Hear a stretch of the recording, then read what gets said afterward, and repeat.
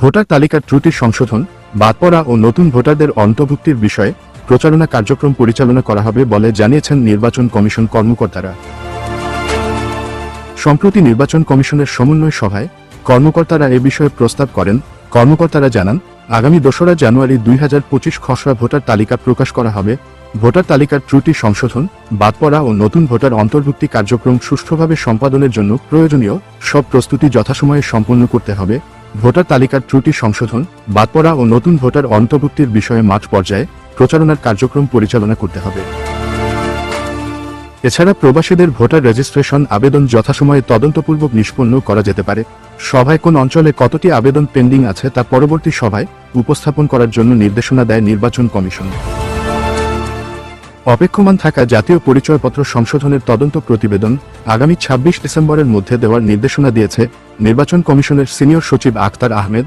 সেই সঙ্গে নির্বাচন কমিশনের আওতাধীন সেবাগুলোকে সর্বোচ্চ গুরুত্ব দিয়ে সহজ করার মাধ্যমে জনগণের সন্তুষ্টি অর্জনের জন্য বলেছেন ইসি সচিব।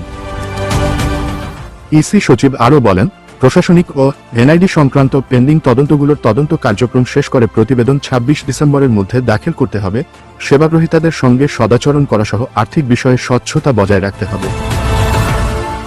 কর্মকর্তাদের নির্দেশনা দিয়ে সচিব আরও বলেন, বাংলাদেশকে এগিয়ে নেওয়ার জন্য সব পর্যায়ে স্বল্প, মধ্য ও দীর্ঘমেয়াদী সংস্কার কর্মসূচি গ্রহণ এবং বাস্তবায়ন করা প্রয়োজন। বিবেক এবং ন্যায়বোধ উজ্জীবিত করে স্ব ক্ষেত্রে সততা, নিষ্ঠা, জবাবদিহিতা নিশ্চিত করা জরুরি।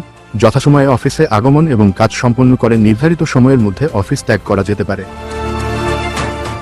দাপ্তরিক কাজে সচিবালয় নির্দেশনা মালা অনুসরণ করা আবশ্যক। সচিবালয় এবং মাঠ পর্যায়ের ভবন ও ক্যাম্পাস পরিষ্কার পরিচ্ছন্ন রাখা প্রয়োজন। বিদ্যুৎ ব্যবহারে সাশ্রয়ী হতে হবে। এসিআর অনুশাসনমালা প্রতিপালন করা সহ প্রশাসনিক দাপ্তরিক অনিয়মের অভিযোগগুলোর তদন্ত প্রতিবেদন নির্ধারিত সময়ের মধ্যে সম্পন্ন করা একান্ত জরুরি। দাপ্তরিক কাজে গতিশীলতা আনয়নের লক্ষ্যে সুস্পষ্টভাবে নথি উপস্থাপন করা আবশ্যক। ডেস্ক রিপোর্ট, ধ্রুব নিউজ।